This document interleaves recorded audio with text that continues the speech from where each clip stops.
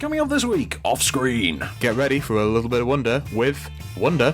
Dan Stevens is the man who invented Christmas. Michael Haneke has a happy end. We find out if love's thicker than water. We journey to a most beautiful island. And we meet Dolores. All this to come and more off screen. This is off screen. Off screen.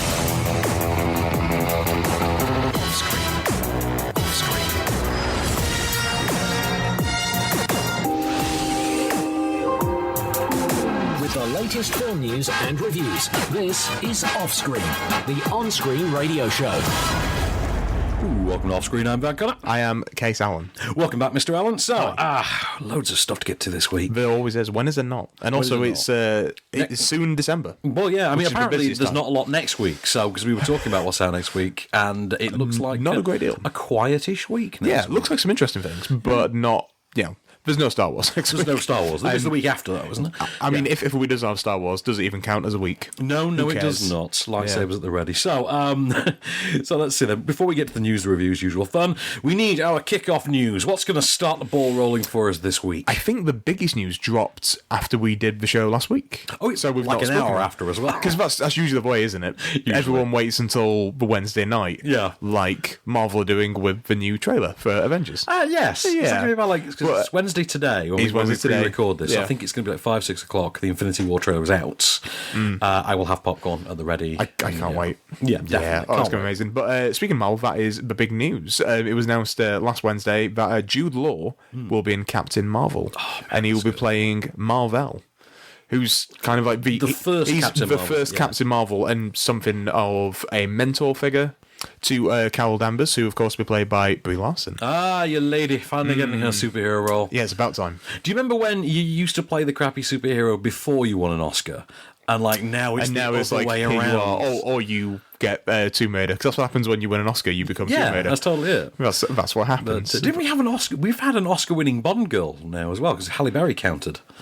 That's true. Halle Berry was, the first Oscar-winning Bond girl. Oh, actually, does Judi Dench count as a Bond girl? Because she's got an Oscar. Well, yeah. She got an Oscar for 8 minutes worth of screen time as well, which is impressive. Does she hold the record still? What, for the shortest screen time performance to actually get an Oscar? I might have to look into that. I would not be surprised. There is a chart, and Judi Dench is on it, but I'm not sure if she's the top of it or not. Yeah. But, so Jude Law in Captain Marvel. Playing Marvel. Marvel is part of the Kree, which is an alien race that I think is going to be a pretty big part of the MCU. There is, because there's a post-credits on Thor that alludes to the Kree, and obviously there's going to be a villainous side in Infinity War. They are, there's going to be a Skrull leader played by Ben Mendelsohn. That's what I was going to get to. Is he the Skrull leader? Do we know that? I think that's near enough confirmed. That's fantastic. Now. And Nick Fury's going back as well. Can't wait. And it's set in the 90s as well. And it's set in the 90s. So what's going to happen? Okay, prediction for you. Are you going to say Secret Invasion? I'm going to say Secret Invasion. Oh, I would explode. I would love that. So I think we're going to get Infinity War. I think this is going to wrap up the bulk of the story. There's going to be some embers left, but I think towards the end of the film they will uncover that, Captain America is secretly a Skrull imposter, and then we have Captain Marvel to show us that the Skrulls can do that, and then you'll have Infinity War 2, probably called Secret Invasion. And that's why it's a spoiler, because we said the title for number 4, we can't tell you that. It's a spoiler for number 3. Exactly. I'm in. You just got me. Oh, by the way, you got my money. Competitions for this week. We'll get the plugs out of the way now, because moments before we sat down to record this, we had confirmation of a new competition. So it's not in our paperwork. I don't think I know about it. You don't. You're out the room. So competitions we're running at the moment. So if you go on onscreenfilm.com, go in the competition section, win some swag. We've got copies of The Child in Time, the Benedict Cumberbatch BBC movie. Yeah. We've got DVDs and signed posters for The Hitman's Bodyguard. Who signed them? Pass offhand, couldn't tell you. I know they're signed. They're signed by the Best Boy Grip. That's who signed them. Oh, nice. Yeah, Steve, the Best Boy Grip. He signed them. Wouldn't you laugh if it turned out to just be Gary Oldman? The one guy that no one knew was in that movie. But and we're now giving away DVDs for England Is Mine. The Morrissey film. movie, yeah. Which I didn't get to review, and I don't think you saw it. I've not seen it, no. It is actually, weirdly, it's on like a reissue at my local cinema. They're doing, because they're doing this thing now where there's certain films they're bringing back from this summer. Okay. Like films that people have missed. It's very quiet Evidently, release, we've both missed it. It was very quiet with us. Very quiet. Yeah. But one quote that Kermit always says, everyone grows out of their Morrissey phase. Except Morrissey. Yeah, I love that. But I think he attributes it to someone else, but I only ever hear it from him. But yeah, so you could win that movie. See something that even we haven't seen. There you go. Come on the show and review it and do a better job on us and get us fired. And of course, then you can be on the podcast edition, which you can find on Acast, iTunes, Deezer, TuneIn, and enjoy all the post-credits goodness, including more reviews, news, and the moment of Cage. Yeah. Shall we do a film review? Let us do a review. Because Let's do it. It's a film that answers a question I've always wondered, which is, how did certain conventions of Christmas come about? I've wondered this as well. Yeah. And we find out how invented Christmas. Exactly. The segue brilliance. So this is from director Barrett Nalluri, who was I know as a TV director. What's his name, sorry? Barrett Nalluri. Great name. Right, I know him primarily as having started out as a TV director. He cut his teeth on Spooks for the BBC, and he was really actively involved with that show. And then between seasons of that, he would go off to the US and shoot sort of low-budget genre films. And I think the most high-profile one he ever did was, wait for it, the best of the Crow sequels, Crow Salvation. Okay? I defy anyone to argue that one with me. Salvation is the best. That's of the pretty Crow sequels. faint praise. The David Boreanaz one sucked. I don't want to admit that, but it did. Edward Furlong as the Crow. I mean, really?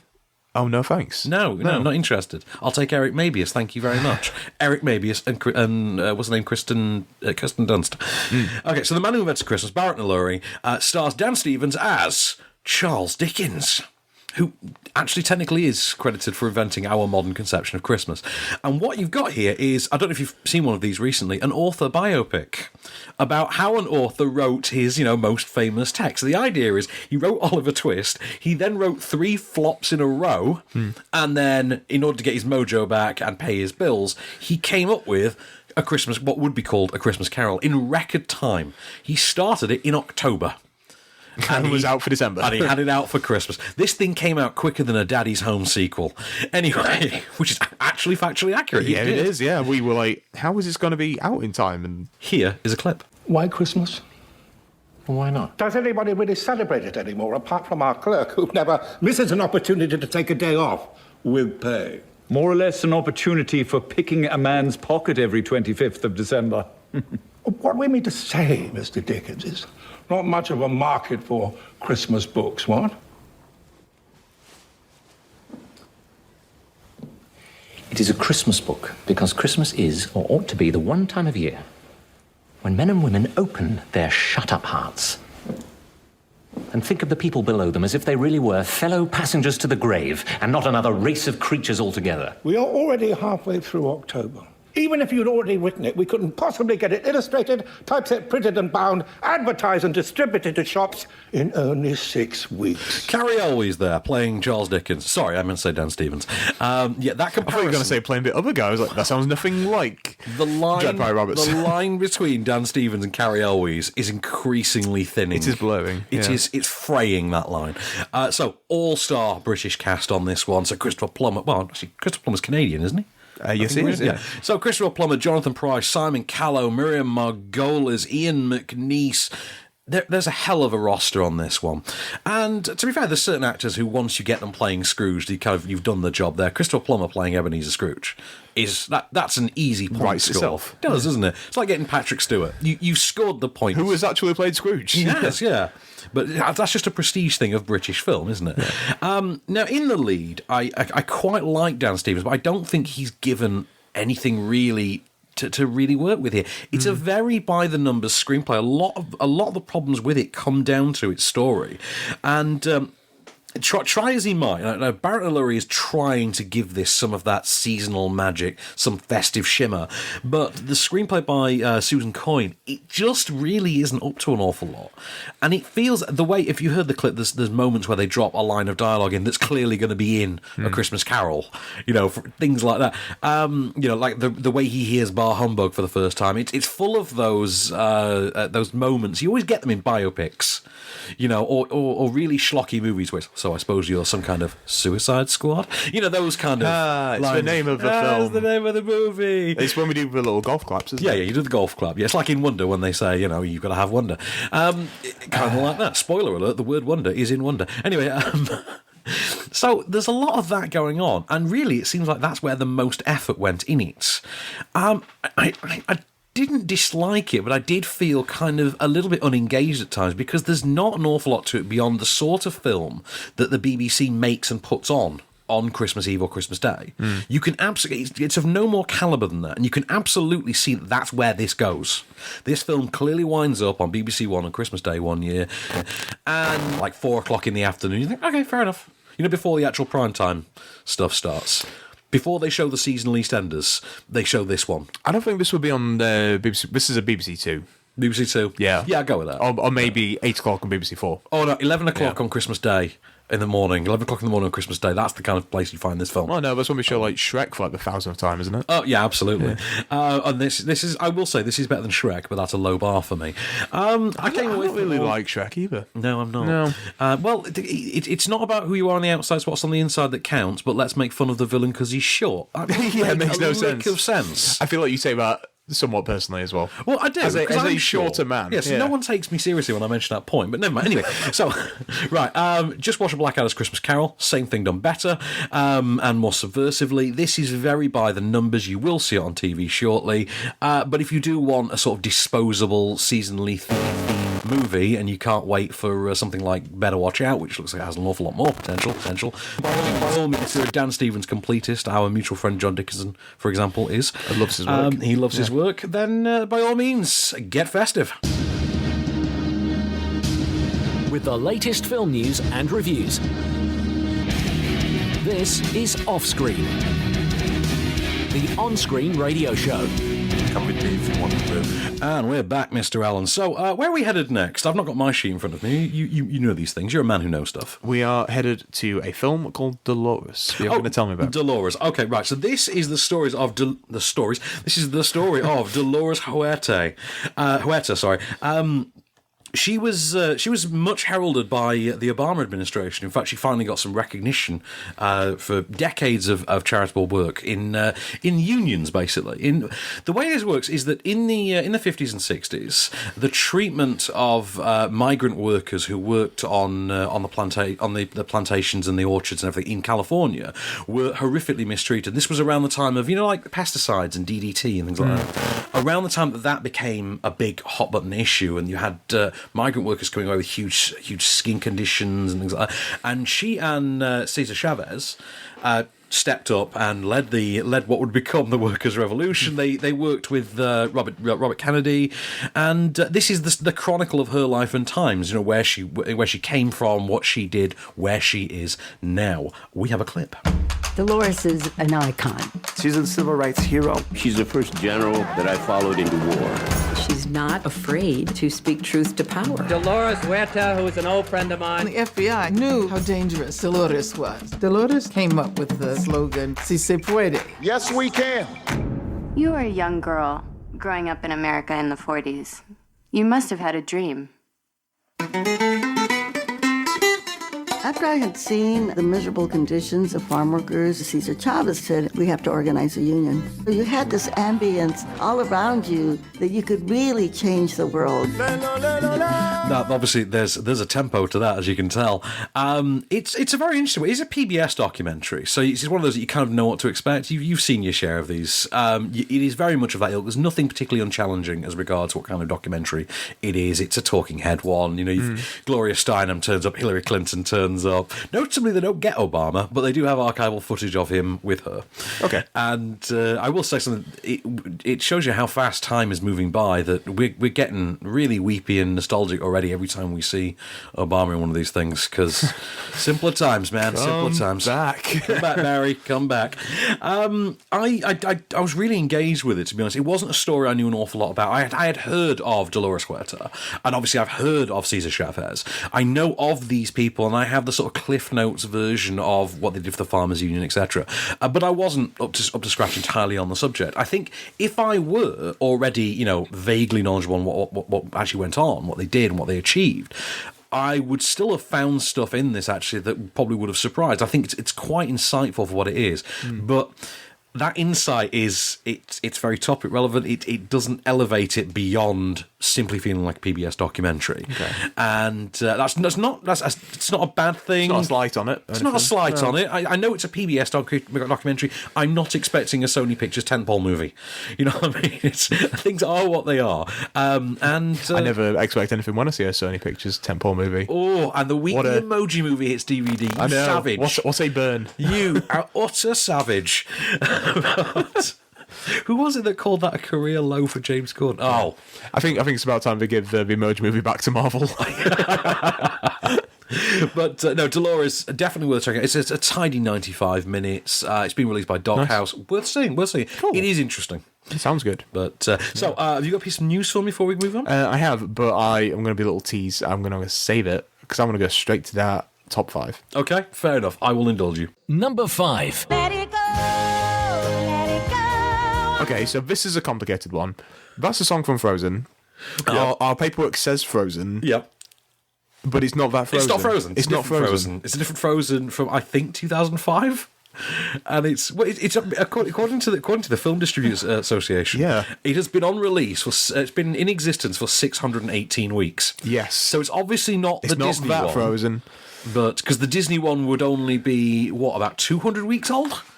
So roundabouts, yeah, about 4 years Frozen.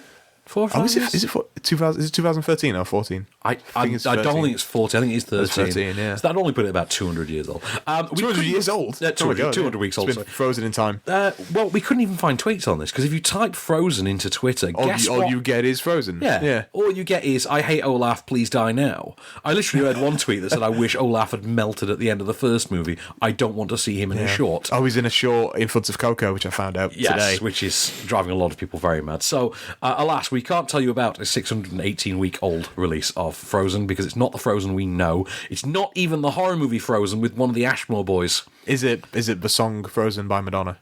It's not that either. It's that video playing in one theatre that Madonna owns. And it's not the Stargate SG-1 episode of Frozen either. No, is there anything else? Yeah, I'm trying to think what else.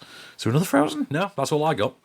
Yeah, I got nothing. We've extended all our knowledge on the subject of Frozen. Number 4. Moida on the Orient Express. I really want to see the Brooklyn version of that. Moida. Well, just Poirot with like a leather jacket. Poirot with a leather jacket. He looks kind of looks like Andrew Dice Clay. Oh, there's a Moida on the Orient Express. Whoa, I'm Moida in here. I'm Moida in. Alas, I still have not seen this. Neither of you. We are terrible. I mean, that brings us up to 2 films in the top 5 that we have not seen this week. We are terrible. What a review show this is. Oh, we really are. Yeah. Alas, tweet me, good sir. What have we got for me? Someone's seen it. This at Gigi, Lindsay, and other assorted letters as well. Okay. She's got an emoji, like a moon emoji. Good. In the name? Is that in the name? Yes. I was baffled. Lindsay Moon Elise. And she's got a blue tick. She's a person. Oh, okay. She is verified. She's recognised as an actual person. Fair enough. Well, she said she saw a Murder on the Orient Express tonight. I enjoyed it. Might have been because of Daisy Ridley, though. Thinking emoji. Thinking face. Thinking. More thinking than went into the actual Emoji Movie then. Number 3.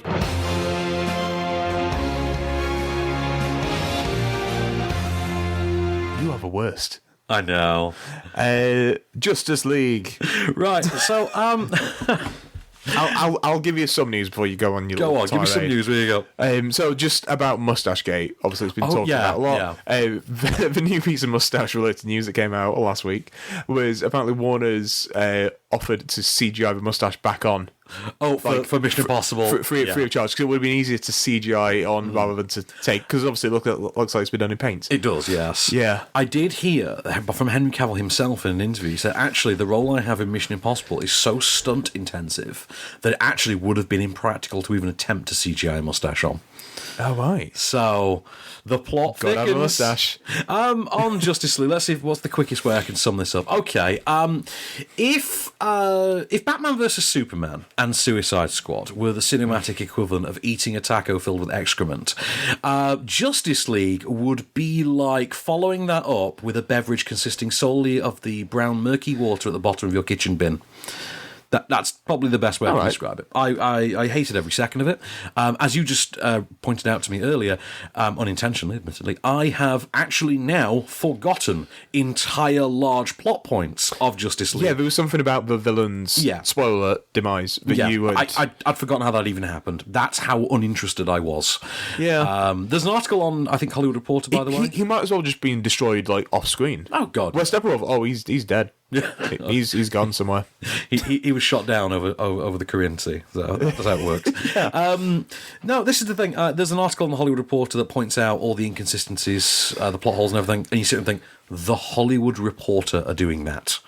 So I think we can safely say this one's a write-off. Anything on Twitter? I think we've got a negative one on Twitter, haven't we, this week? I've not seen any positive ones. Oh, okay, then fair enough. Yeah.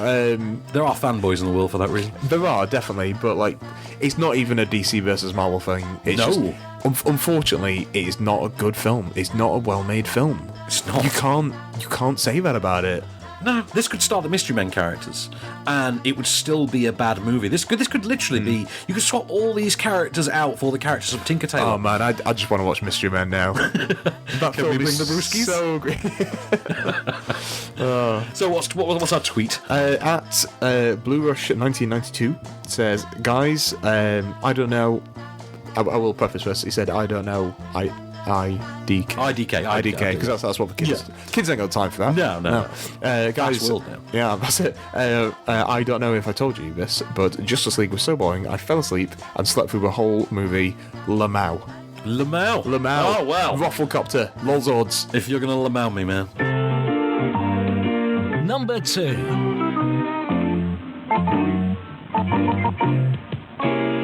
I'm immediately happy. When you hear it, I know I love Paddington so much. I love the first one, I love this one equally, maybe a bit more. I was going to say, do you think the second is better than the first, or... I don't know. It does everything that a perfect sequel should do. So I think it's exactly as good. Yeah. I think I'm settling on it's exactly as good. It picks up where it's gone before and gives everyone great like arcs and it just developments makes me really happy. There's amazing things where like it sets things up for the family. If we just focus on the Brown family, it gives them like motivations of the first like 5 to 10 minutes, and then it wraps all that stuff up so neatly by the end of the film. It does, doesn't it? It's like, it's so good. Yeah, Sally Hawkins wants to be a diver, but she's scared of water and whatnot, and then yeah, I know it's so sweet, isn't it? And I it's that cast though. The cast are so good, and you know, like Sally Hawkins, Hugh Bonneville, and Hugh Grant's villain. I love that amazing. Villain. Yeah, and of course the real star. Let's be honest, it's Mr. Brandon Gleeson. Yeah. Marmalade? Marmalade? Also, and I've never revealed this, there is a cameo in there. There is a courtroom-based cameo by a certain popular comedian. Right, yeah. That just had me howling me too, yeah. hysteria, and I loved it so much. I would see it again just for that. I actually do I think over Christmas, I might just go into a nice quiet screen and go and catch There's so many amazing like little cameos and just people that you love, that you see. Like, what's his name from... not Alexander Armstrong, the other one. Oh, Ben Miller. Ben Miller, yeah. Ben Miller, yeah. And Jessica Hines, or was it Jessica Stevenson now? I forget which one. Hines, I think she's Hines yeah, now, she got married, didn't she? Yeah. And, yeah. So good. Such a fan. Okay, so have you got a tweet for me? I do. At Jax Middleton. It says, Paddington 2 is even better than the first one. Loved, capital letters, it. And how many exclamation marks? 2 exclamation marks. I think I have to go again. At Paddington Bear. I absolutely cannot disagree. Number 1. Daddy has returned. Daddy has returned, has he? Oh, a second time. And brought Mel Gibson and John Lithgow, because it's John Lithgow, he's great. Okay, it's basically funny. And I have to emphasise the word basically. And that's why I set up all my jokes. Yeah. It's objectively, you can see where the mirth comes from. Right, that's the quote that I really wish we could have given that quote to Paramount for the poster. Objectively, you can see where the mirth comes from. Yeah, you can see how the mirth is made. I did laugh a few times. I don't think it is a patch on the first movie. No, I was taken off guard by the first one. Yeah, but there's some good, decent laughs in it. There's some horror at exactly what they let Mel Gibson get away with saying now. But yeah, it is what it is. It's better than the Bad Moms Christmas one. We do have a tweet on it, don't we? We do indeed. At Peckover, Chris Peckover, also with blue tick, also very fun. Well, we're getting a lot of blue ticks today. Once in a lifetime, a film comes along that challenges your intellect and reaffirms your faith in humanity. Daddy's Home 2 isn't that film. That is absolutely fair enough. With the latest film news and reviews, this is Offscreen, the on-screen radio show. And we're back. And you know what? That Avengers ident loses all the sting if it doesn't directly follow a good slating of Justice League, doesn't it? But Yeah. I was about to say they can get it right, but I don't think they can. Maybe not for team-ups. I don't know. Dumpster fire, I believe. Just make more Wonder Woman films. Yeah, just give us more Wonder Woman films. And give me that Aquabro film. Yeah. Well, no, actually, no. I didn't like Aquaman. I just think he was given really rubbish dialogue, and so was everyone in the film. Yeah, but I trust for the James Wan film. That'll be good. I don't know if this actually counts as series. Apparently, the move going forward for the DCEU. This is a rumour; it's not been confirmed. Apparently, it will be Legion of Doom. This is following on from that post-credits thing. That makes sense. That's apparently where they want to go with it, and they want to take your time with it. And yeah, you're like, okay, if you take your time with anything, I'll consider it a win. Because the last time anyone asked you to take your time, you announced like 26 movies. Just stop announcing films. Yeah. Like, not to compare them, but, I mean, everyone is going to anyway, so let's just carry on. Kevin Feige, in an interview today, said that, we've got 20 films on the docket after Phase 4 is done, but they're going to be completely different. After they're 22. After they've done 22, they've got another 20. Another 20. They know what they are. They're not announcing them yet. All you need to say is, we've got another 20 after the 22. I'm in. And people are like, yes, absolutely. Oh, man. So, let's talk about Most Beautiful Island really quickly then. Which is, this is an out of nowhere, it's just bonkers little drama. It's something so niche about this. Okay, so this comes from writer-director Anna Astensio, who also stars in the lead role. And it presents itself initially as this sort of day-in-the-life tale of a migrant worker in America. I don't think it's particularly stated where she is from. It's sort of a nondescript Eastern European locale. I think that's her point of origin. And she's making a living, getting by, sort of just taking waitressing jobs here and there. Because she's living there illegally, she's taking all of her work through Craigslist, for instance. And one day, she's chatting with one of her waitress friends, who's played by Natasha Romanova. Because when you see it written down, you just think, oh my God, sounds like the Black Widow. I love it. Natasha Romanova, who plays Olga, and says, I've got this job tonight that I can't make it to. I go to a party, I just stand around, people talk to me, I don't do anything I don't want to, and they pay me $2,000 for the evening. Minimum $2,000. Will you go in my place? She then says, yes, of course. So what then happens is a sort of, it's almost by way... Without going into spoiler territory, we just follow her day as it gets progressively worse, leading up to this evening of casual work. We don't have a clip because it's a sort of 50-50 split between native tongue and English language. It never quite goes the way you think it will, but at the same time, it's not really a narrative, suspenseful sort of a thriller kind of a ride. It's kind of just a one and done piece. There's an almost Black Mirror-like layout to this. There's sort of it's just a random piece of narrative. Just take it for what it is. But the performance at the centre of it all from Anna Astensio herself is a really good, really gripping performance. And where it goes, you never quite can tell, and when it gets there, you're just like, oh, okay, this is what we're doing. Random. I wouldn't quite have done that, but okay. It's kind of like a more demure version of Good Time, in a sense. Like, if you remove the brother plot from Good Time, like a more demure kind of one-night-with tale like Good Time. But I didn't dislike it. I didn't love it, but I did think, okay, there's something quite interesting here, because I just had no idea what to expect. And also, I was really captivated by Anna Astensio herself. I thought that she really, really brought the goods. But alas, over to you for some quick news, if you don't mind. Right, so have you heard about website Rotten Tomatoes? In passing, yeah. If you were anyone at Warner Brothers or Justice League, you'd say no. I don't know what you're talking about. No, not a clue. Yeah. Rotten what? They have a new best ever rated film on there. They do. I heard this, and it's called Lady Bird, which I'm really looking forward to. I think you're looking forward to. I'm looking forward to as well. Yeah. As far as This it is being really the best reviewed film ever, I just want to point out we had this. I was talking to a bunch of the critics the other day. We were having this conversation because this story had sort of done the rounds, and we suddenly realised that none of us had seen it. Well, it's not been doing press rounds yet, has it? Right, there have been screenings in London. Oh, has it? I know a couple of people who have seen it. Yeah. But of the regular body of the regular critics, it's not on general for a while. No one had seen it, so I'm thinking, okay, it has that record for now. But yeah, I will ask you a question about Rotten Tomatoes scores and Lady Bird. Go on. In the podcast extras. I have a very specific one. There's a piece of information I've forgotten, and I want to ask you about it. Okay. But alas, we need to review Wonder, though. We have to. Okay. So, Wonder, which is an adaptation of the novel, which was brought to us by brought to the screen by, is it Stephen Chbosky? Is that how you say his name? Yeah, he did Perks of Being a Wallflower. He did. Wallflower? Wallflower. So, Perks of Being a Wallflower, Stephen Chbosky. Also the author of that book. Is he also the author? Yeah. Oh, okay, I didn't realise. I did stumble noticeably by so it stars Jacob Tremblay. I love Jacob Tremblay. I love Jacob Tremblay Of course I do. Yeah. as Augie Pullman, who is a young boy. He's been born with just a certain level. He's been born with a level of disfigurement to the extent that he couldn't see, couldn't hear, couldn't breathe properly, and has spent his life undergoing numerous surgeries in order to enjoy basic physical facilities that we take for granted. So the ability to hear, for instance, is a result of one of his surgeries. The ability to see is another one. The ability to breathe unencumbered is another. And then, as he says, and even some to just make me look slightly better. Right. Now, obviously, it's left him with a certain level of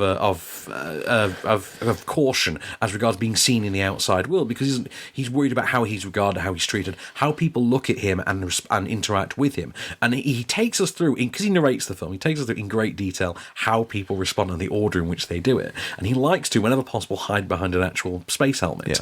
Yeah. He starts at middle school because, as his mother, who's played by Julia Roberts, determines, all the kids are starting there anyway. So nobody's an old hat at this. Everyone's new. Everybody's nervous. Why not go in at that stage? It's the perfect in point. He goes, and of course must deal with the trials and tribulations of the quote-unquote outside world.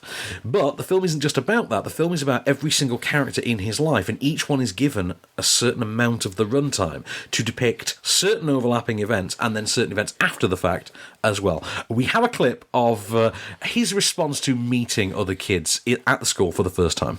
Mr. Tushman went out of his way to tell me how sweet those kids were, and that Julian is apparently quite the dream. No. Not a dream? Is he one of those kids that acts one way in front of grown-ups and then another way in front of kids? Yeah, I guess. Well, I know it's hard, but you have to understand that he probably feels badly about himself. And when someone acts small, you just have to be the bigger person, right? Right. Right. Yeah, I'll get the pizza. Yeah, can you get the picture of it? Look at me, Augie. That kid sounds like a real jerk. If someone pushes you, you push back. Don't be afraid of anyone. Why are we whispering? Because I'm afraid of Mom. You just gotta be a bigger person and rise above it. It's that easy. It's mawkish, cloying, nauseating, soft focus bilge, and I absolutely loved it. Yeah, of course. Yeah. I really did. It's one of those films that you just sit and think, this could not be more cynically contrived. There's no circumstance under which this could not be more cynically contrived. However, Stephen Chbosky and the cast are so earnest about it. They know what this is. They know how you're going to receive it. They know exactly which heartstrings to tug. You come away from it all thinking, I have no feels left. I have felt all of... I literally text you that did afterwards. say that. I have no feels left. Feeling I have felt so all many the feels. feelings. Yeah. I came away from it all actually physically drained because I was thinking, stop making me cry. I don't want to feel anything anymore. I mean, and it's excessive. I mean, there is a point at which they wheel out an old weepy trope from movies. And spoiler alert, another one from a film starring a member of this cast, actually. And once you see the film and you work out which one that is, you will immediately know. Stop trying to work it out. Stop now. Are we Stop talking now. about the three main cast members? One of the main cast. That's all I'm going to say. There is a trope from one of that person's films that you think, really, you had to add that as well. You've got all the rest of this to tug at the heartstrings. You had to add that one thing as well. Damn it. Drillbit Taylor. Of course it's Drillbit Taylor. Of course it is, yeah. No, I really loved it. I thought Jacob Tremblay, he's terrific. Owen Wilson I quite liked. There is a wow in there, if you're wondering. Of course there is. Why is there not? Julia Roberts in a surprisingly diminished role, actually, for the star that she is. Actually, it's a very good role. I do think, though, the MVP, and I say MVP, not including Mandy Patinkin as Mr. Tushman. Most valuable Patinkin. Yeah, most valuable Patinkin. He owns any film. And here, he literally walks into this film, my name is Mr. Tushman. He might as well say, make fun my, of my name is Mandy Patinkin. Well, you think he walks in and he says, my name is Inigo Montoya. Feel free to make fun of my name. I've heard them all, Mr. Buttman, Mr. Tushy. I've heard them all. He does it in that straight-faced, bearded Mandy Patinkin way. That's my favourite Patinkin. Like, Patinkin is so good in this movie. I was David Diggs. Oh, awesome. Just absolutely awesome. Can't wait to see him in the Snowpiercer series. Yes. But my actual MVP is Isabella Vidovich as Augie's older sister. And I was trying to work out all the way through where I knew her from. It turns out she was Statham's daughter in Homefront. Remember the Statham v. Franco movie? Because that's the one we wanted. We didn't want Batman v Superman. We wanted Statham v. Franco, yeah. But yes, Mandy Patinkin, though, so good that he gets a monologue towards the close of this film that if any other actor in the world had done it, would have been actually borderline offensive. In context of the narrative, could have been actually offensive. But it's Mandy Patinkin, enough heart and gravitas to absolutely sell the hell out of anything, and he has now proven it. With the latest film news and reviews, this is Offscreen, the on-screen radio show. And we're back for a bit of Binary Sunset, Mr. Allen. So, you didn't know this. Michael Haneke had a new film out. I didn't. To say that I'm quite a fan of Michael Haneke. I should have known that. Right, what is your Haneke film of choice, out of interest? The OG Funny Games. The OG Funny Games. But then also the remake as well, which is also good. It is, isn't it? Yeah. I love Tim Roth and Naomi Watts in there. I do. Yeah. I should probably know more of his work than I do, but like... The main ones are those two Funny Games. Amour as well. Yes, I like Amour. I like that. Yeah. Funnily enough, a cast member of the American remake of Funny Games is going to get mentioned in our next review. So Happy End, which is this is a drama which is set in Calais. In the background, you've got the European refugee crisis, with the trucks, and you've got all that going on in the background. You've also then got this family drama front and centre, and you've got a father who's facing diminished physical abilities, looking to end his own life. You've got Isabelle Huppert, who's dealing with corporate issues. You've got her niece, who's dealing with let's just say mother issues of her own. And of course, it's all from Michael Haneke, so it's going to be a cheerful time. A lot of the film centres around, there's a sort of undercurrent, a sort of theme running through about how these real world problems are utilised technology. There's endless uses of, for instance, things like Snapchat and Facebook Live, and the girl, for instance, berating her mother figure through Facebook Live, and the feedback she gets from commenters on it. It's something interesting for Michael Haneke, but it's not an interesting film. And that's largely the big problem with it. Is it feels very abstract because his narrative isn't quite there. I mean, it's certainly no Amour, and it's definitely no Funny Games, because Funny Games at least had something of a pitchy concept behind it as well. This plays as a very abstract drama, a very talky familial drama, and it doesn't quite hold your interest as much as I would. I mean, me and movies about technology. I love a good movie about technology. You love them. You're all about them. I'm all about a movie about technology, even Click. But I'm kidding. I don't think. Have you seen that? There's there's a trailer for a Keanu Reeves film comes out next year. But I think, is it called Replicas? Or? Yes, where he's a duplicate of himself, isn't he? He duplicates his family. That's his the family one, died in a car crash. It's very Black Mirror, but terrible. A little bit. Doesn't have John Hamm, though. That's how I like my Black Mirror rip-offs. With added ham. With added ham. Extra ham, if you will. But no, this didn't quite scratch the itch for me with a Michael Haneke movie. I'm always happy to see Isabelle Huppert turn up in anything. There is also a very, very minor, it's basically a cameo for Toby Jones in there as well. I love Toby Jones. And he's always great to see. Alas, I do think kind of wasted here. And a few weeks after Kaleidoscope as well, which I absolutely loved. But it's not one of Haneke's better films. I mean, it's better than most other directors will churn out, but it's just not up to his scratch. It fails the Haneke gauge. That's what it is. The Haneke gauge. The Haneke gauge, yeah. It's fairly low down on the Haneke gauge. The Haneke totem pole. The Haneke totem pole. Yeah. Alas, do you have a piece of quick film news we can slot in? Yeah, the Batgirl film.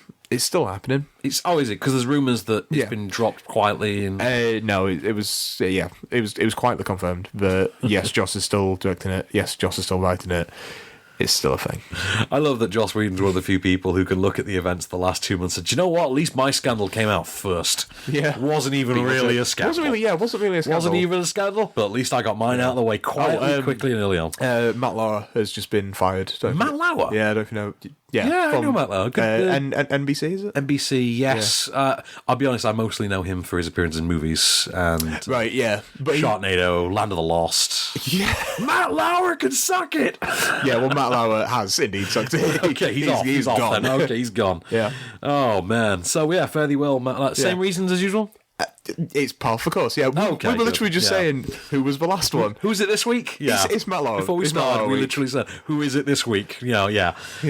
Same reason, same laundry list of reasons. Okay, that's fair enough. On which note, final review of the week. Then let's go with "Love Is Thicker Than Water." This one, right?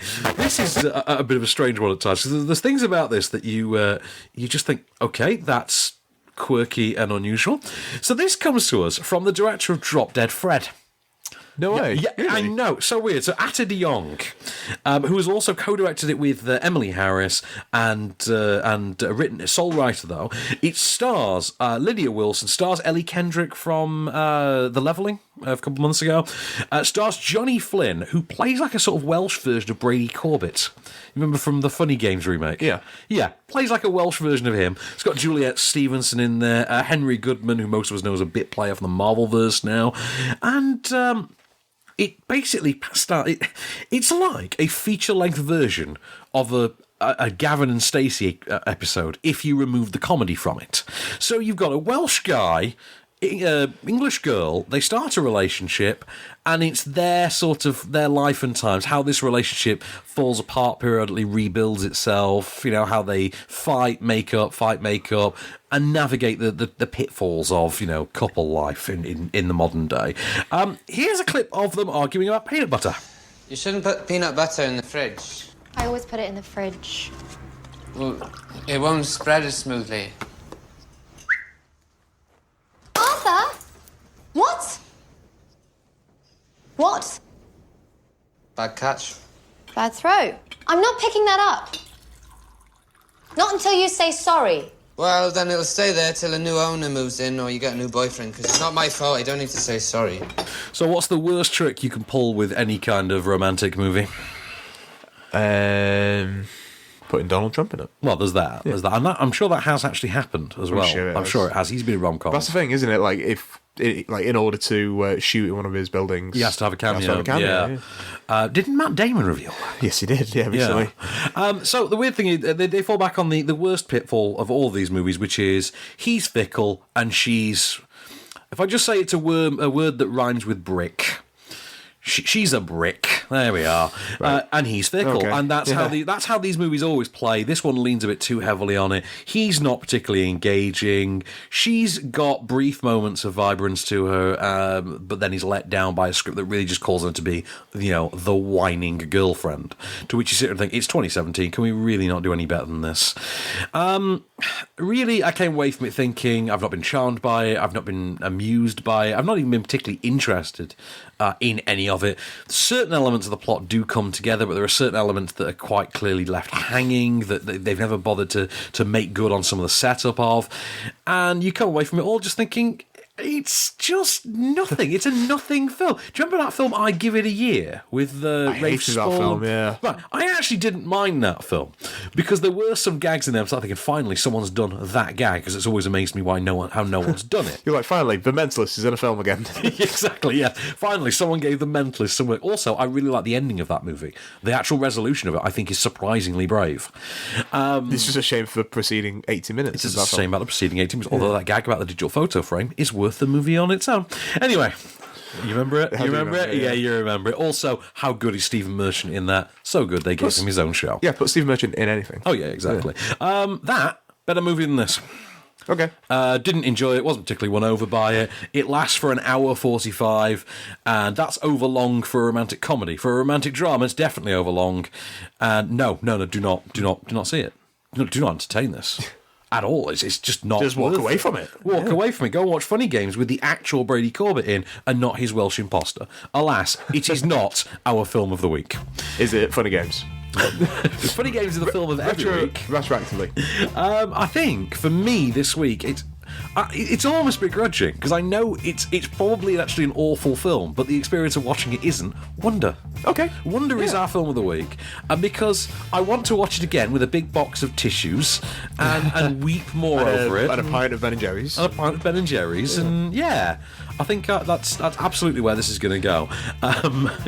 There's times where it's like a Nicholas Sparks movie, or it's what everything wished it was. But alas, that's film of the week. Can't possibly give it to Love is Thicker Than Water. But actually, Most Beautiful Island, worth checking out, I would say as well. I'll see if I can get that one. Next week then, quiet week, but actually Stronger is a biggie. Stronger, yeah, Jake Gyllenhaal, this is the Boston bombing film. That's probably the biggest, I'd say. I would say that's, well, we are going to talk about another one as well. Oh, yes. So next week we're going to talk about The Disaster Artist. Yeah. Next week, because it's not actually out until the Wednesday, so... It's preview on Friday, but Wednesday is its actual day, so I'll catch up previews. We'll talk about it. Excellent. I look forward to it. And actually, you're the room expert out of the two of us, both the Brie Larson and the I feel like you version. don't want to see it. Oh, yeah, absolutely. I feel like you just want to pass it off. I don't want to pass it off. I do very much want to see it. Good. But, but I may not have the time. So you may not have the time. Up to you. We've also got Menashe next week, which is a Jewish drama. We've got Brigsby Bear. Yeah, looking forward to that. I'm looking forward to that as well. Yeah, it's by a guy called Kyle Mooney, who's on Saturday Night Live. Yes. Yeah, I'm a big fan of Kyle Mooney. I really like him. I know him from Chappelle's Show. Oh, yeah. Yeah, when he was a talkie, and he came out with some zingers. Yeah. But we've got Human Flow next week. We've got, in fact, much delayed one, we've got The Dinner next week. Richard Gere drama that's been kind of just gestating in the cinematic ether for about a year. That's what happens with Richard Gere. Like, they put him in a cocoon, him and a couple of hamsters. Is it like that Russell Crowe movie where you birth an android from a cocoon, a birth of a virtual reality android, so it looks like Richard Gere? Virtuosity. Virtuosity. That's the one. It was. I rewatched it. It was terrible. Oh, it's so good. It's so awful. It's pretty great. Oh man. So there's a reissue next week of A Matter of Life and Death. Yeah. So, yeah, bit of a classic there. We've got Blade of the Immortal next week. That's such a badass title. It really is, isn't it? And now, my friend Johnny from TalkSport went into an evening screening last week for this and said that's the best comic book movie of the year. Nice. So, I'm just going to put it out there, though, he hates comic book movies. So... Yeah. Okay. And of course, next week, because we're getting ever closer to Christmas, why don't we have a Christmas horror movie this year? We did last year. We kind of had one last year. We had one last year. Which one was last year? Was it Krampus last year? Krampus was on before. Oh, was that Christmas Krampus has been out for 2 years now. Oh my god. Yeah. Okay, yeah. So this year we're getting Better Watch Out. Cool. So Better Watch Out. Home Alone Meets the Strangers, we're told. Starring... says the trailer. Says the trailer. Starring Levi Miller. And Dacre Montgomery's in there as well, apparently. Yeah, hopefully he won't do any rapping. I'm hoping... Oh, no, that's... He's from Stranger Things, isn't he? Yeah. He's Stranger Things. I'm just hoping he keeps his shirt on this time. Power Rangers, yeah. And, but... So, alas, we've got all those to come and more next week off-screen. In the meanwhile, this has been a Candy Store production for On-Screen. I've been Van Connor. I've been the man who invented Christmas. And we'll be back. Just show me the way to get out of here, and I'll be on my way. You've been listening to Off-Screen, For more news and reviews, visit onscreenfilm.com.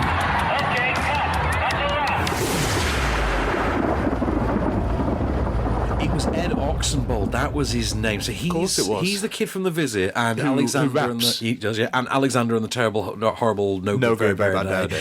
But when we saw the trailer, and we caught it, the minute I saw it, I said, "Ho." Because that's how he ends every line in The Visit, isn't it? Well, that's how people rap. But that's how you know they rap.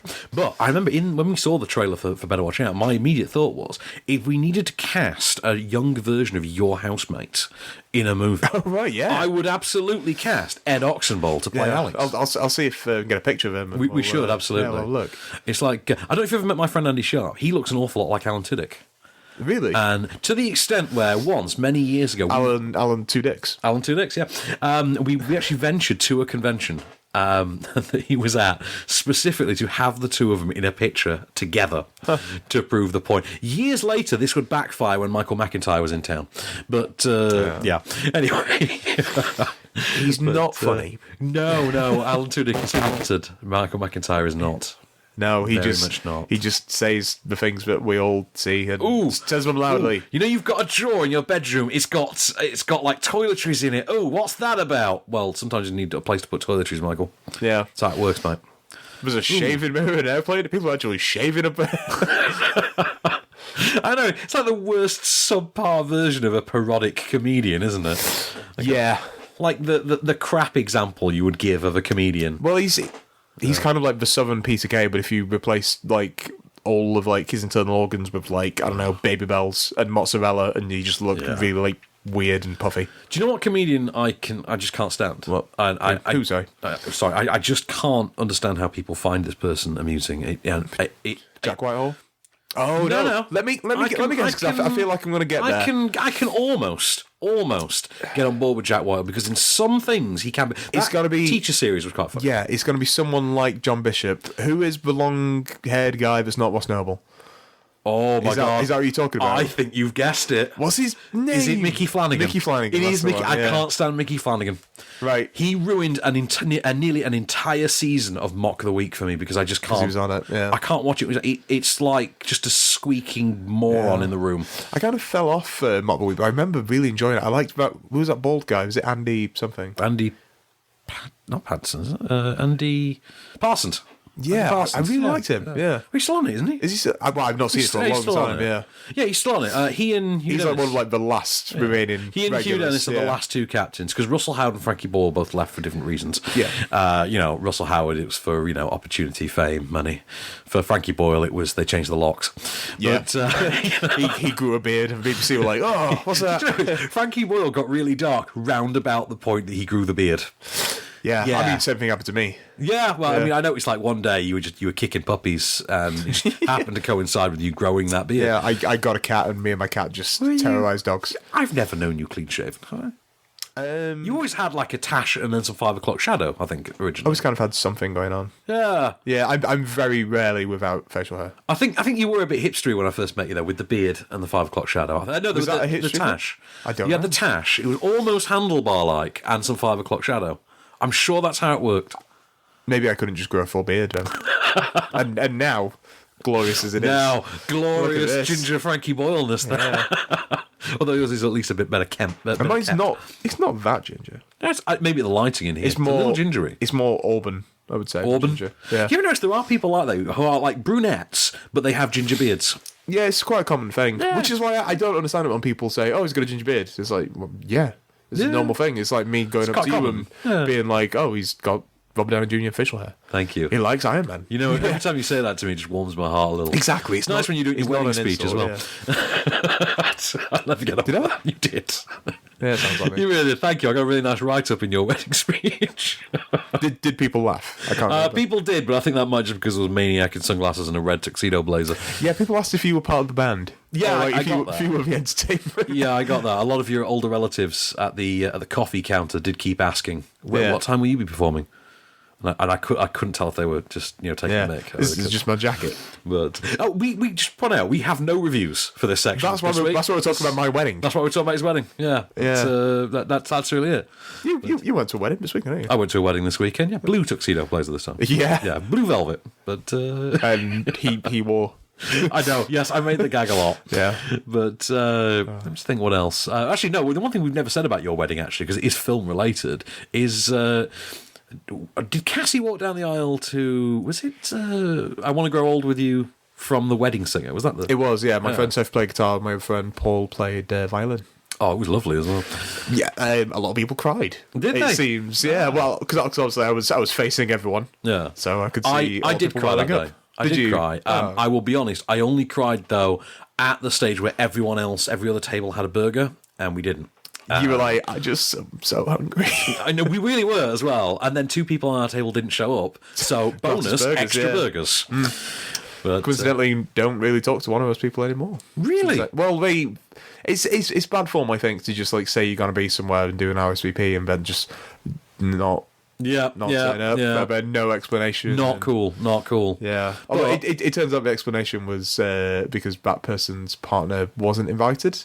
But that's only because they'd not been together. They've been together less than 6 months at this point. You know when you say that, it turns out the explanation. I thought, okay, an actual good reason is coming. Like he was performing heart surgery that day. Unexpected surgery opened up. Apparently she had a big go at him that she wasn't invited. But bear in mind, we had a relatively small wedding, so not a lot of unless you're married to your plus one or have been together for a long time. So, but it was one of those. I am more important than these people. This person's really important special day kind of a thing.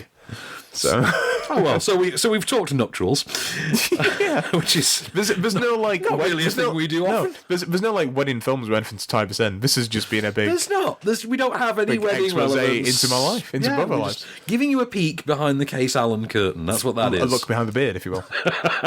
there's just another beard inside the case. An open case. Inside Lou and Alan. So we can just barrel out some film news. All right. So I mean, I've got one here. Eddie Redmayne and Felicity Jones are teaming up again. Don't care. Yeah, that was my reaction as well. It's like, the 2 leads of The Theory of Everything are going to reunite. Please don't. I can't think of anything more depressing. I mean, like that film just fine. Yeah, it was fine. Do not care for him. Like her. Yeah, I mean, one of the world's most beautiful actresses and one of the least charismatic actors. Yeah. What a wonderful team. A man that cannot stop shaking his chin when he sings. The next time you watch Les Mis. I will indeed now. But no, I'm sorry. But empty chairs and empty tables and wobbly faces. Enough time has passed now that I feel we can just address the Eddie Redmayne controversy, the real Eddie Redmayne controversy. The Ready Redmayne. Yeah, which is that Warner Brothers clearly, knowingly pushed Jupiter Ascending aside in order to actually not interfere with his potential Oscar win. Well, yeah. I'm convinced there's no other reason that happened. It's because they didn't want to Norbit it. Yeah. Effectively, yes. Everyone knows that, yeah. Oh, yeah. There was a similar thing for Julianne Moore the previous year, if you're sure, maybe a year before, I forget, for Still Alice. Because she had Seventh Son out at a similar time. Yeah. And there was rumours that was going to take away that goodwill. But it didn't, because she was great in that. I'm not sure when it is, but the last couple of days they've been advertising that as actually showing on Film 4. What, Seventh Son? Seventh Son. An actual proper, hey, we're showing this great movie. And I'm like, holy crap, I don't remember that Alicia Vikander was in this. Yeah. I know Ben Barnes, I saw him in Punisher recently, but and I'm a big fan of Ben Barnes. Alicia Vikander that year was in 6 films. Was this during the sweep? During her big sweep, her first year? Yeah, she was doing a Chastain, wasn't she? Yeah. Where it was everyone will know who you are in 12 months because you're going to be in all these films. Well, because her first film hit the beginning of January, and then she was in, was it 7 or 8 that year? It was something crazy like that. And I mean, we didn't even make it a month before she was back in Ex Machina. And I think it was another month after that she was an Australian one. Yeah, then she did in Danish Girl and won an Oscar, which I still disagree with. Really? Yeah. Because it was a political move, which we obviously always do, where she was put in for Best Supporting. She's the female lead in the film, but she's put in Supporting because the competition was far too strong. We can't possibly judge how award ceremonies work. Let us not think about the great musical comedy that is Get Out. So... It's funnier than Joy. Well, there is that. Most things are funnier. Mother is funnier than Joy. Oh my! You put Mother in musical comedy just to really mess with people. What? Actually, it's not. Is it? You've seen Mother, haven't you? Yeah, of course I have. Okay, right. Did you see? Because obviously we don't usually do celebrity gossip, but Darren Aronofsky and Jennifer Lawrence have broken up, and I think it was Robbie Collin who put on Twitter the greatest possible response to that news, which was cut to the following morning: identical actress wakes up in his bed. Love it. Yeah. Okay, brilliant. Yeah, love it. That's how you answer that. Yeah. If you've not seen Mother, I promise you that is relevant to the film and you'll does make sense. understand. You'll understand. Yeah. In fact, that's literally the opening of Mother, isn't it? Literally the opening frame of Mother. Yeah, that's literally how it opens. Is it all kind of like being rebuilt, but you don't really know what's happening, and then she's in a bed? I know, and yet somehow by the time it happens at the end of the film, you're like, I'd forgotten about that. I think I like it. I've had a long time to digest it. I think I like it. I'm starting to feel that way. Yeah? Yes. Yeah. I'm starting to feel... Because, I think we said this at the time, it's a great film. It's not a good movie. No. It's not... You don't enjoy this film, but I don't think anyone's ever intending to. But... I figured out what was going on pretty early on, I remember. Yeah. Because it was like a big, like...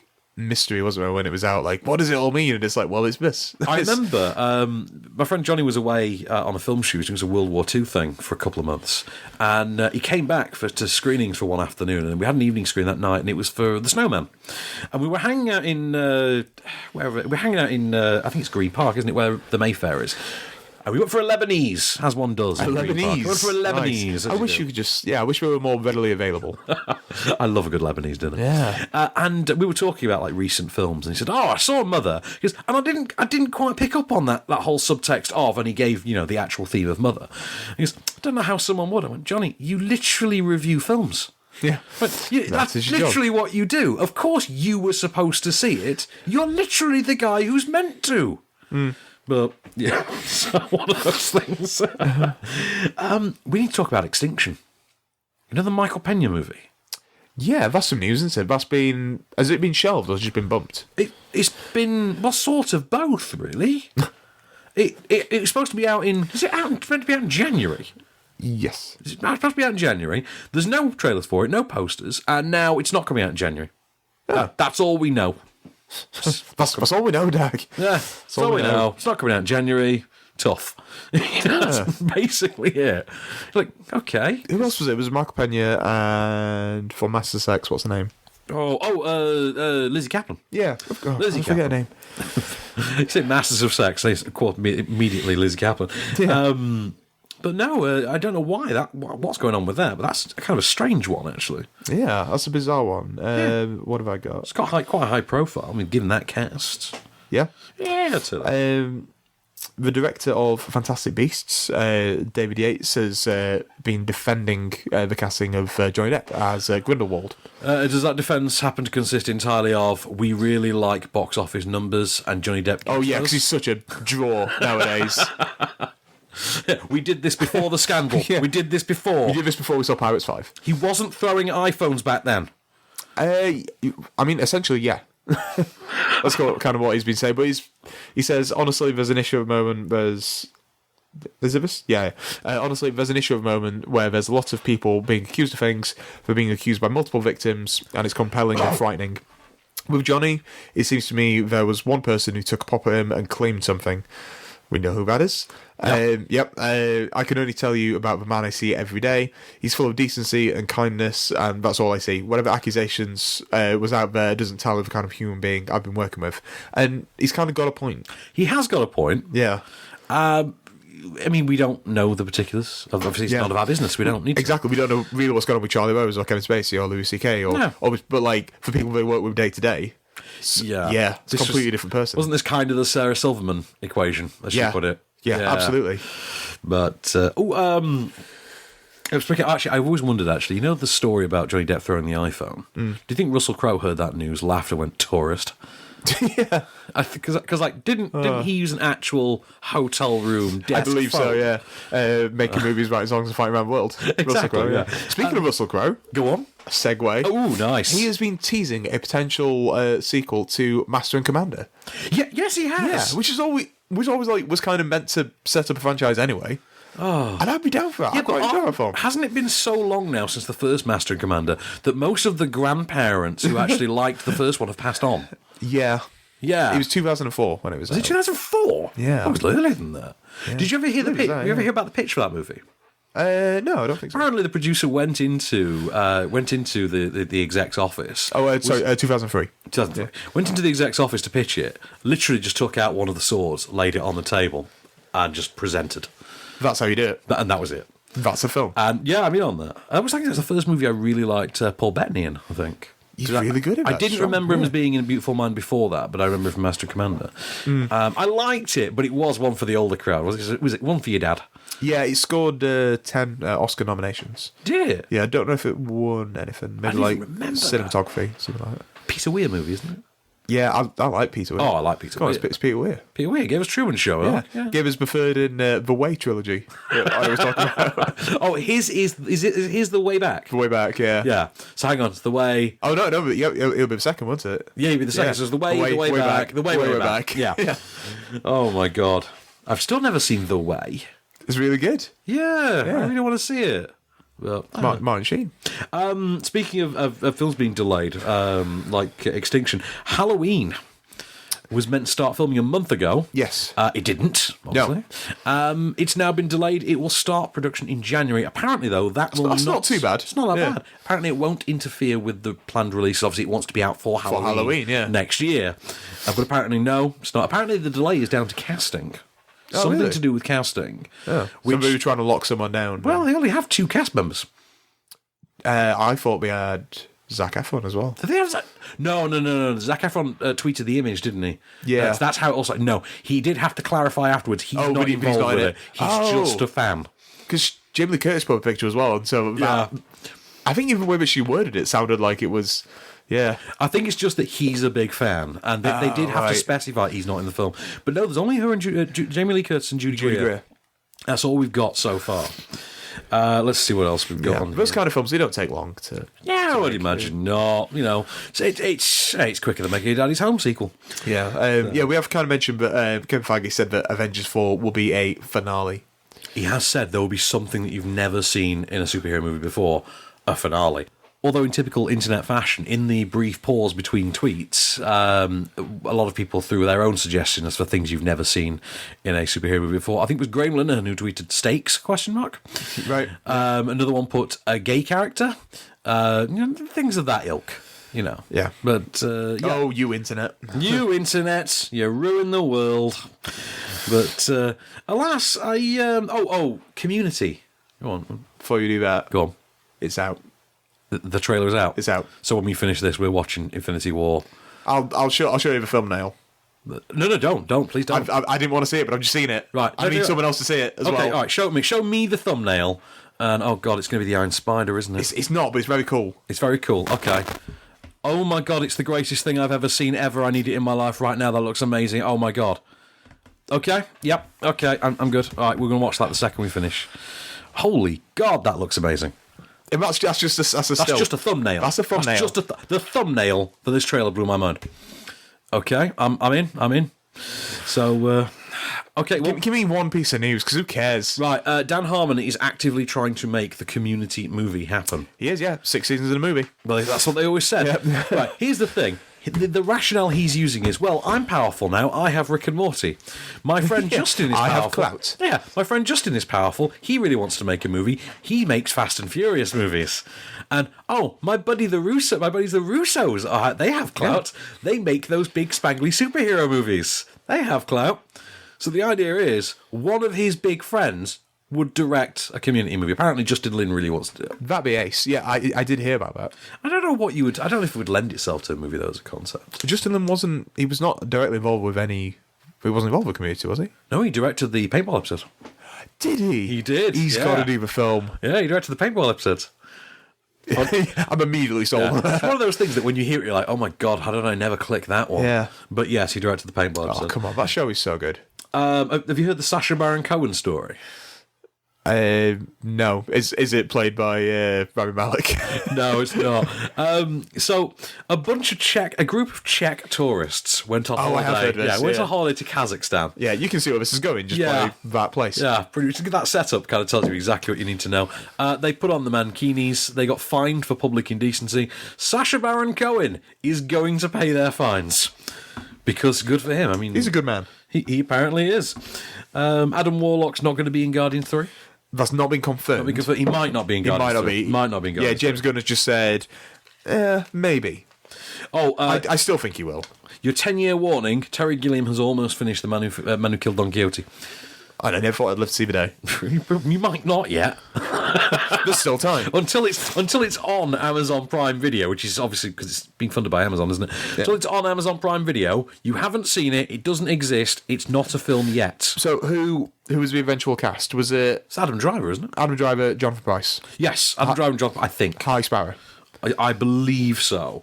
Did we talk about the Justice League loss that was going to lose a lot of money last week? We spoke about that. We did, yeah. We spoke about that. Well, I've gone back into the news from last week, so we're all good. Can we go watch it? Can we go watch the Avengers? Yes, we can. Because person listening to this, you've already seen it. Yeah, you've already seen it by now. We haven't. So you're so lucky that you already seen it. So we need to wrap this up. In which case, yada yada yada. Moment of Cage. Wait, remember Rocky? Boy, what a movie! Yeah. The best scene was when Stallone kept hitting that side of beef. Remember that? He kept hitting that side of beef, just smashing it with his fist. That was all raw. Hit, smash, hit, making it all bloody. You sure did a job on that beef.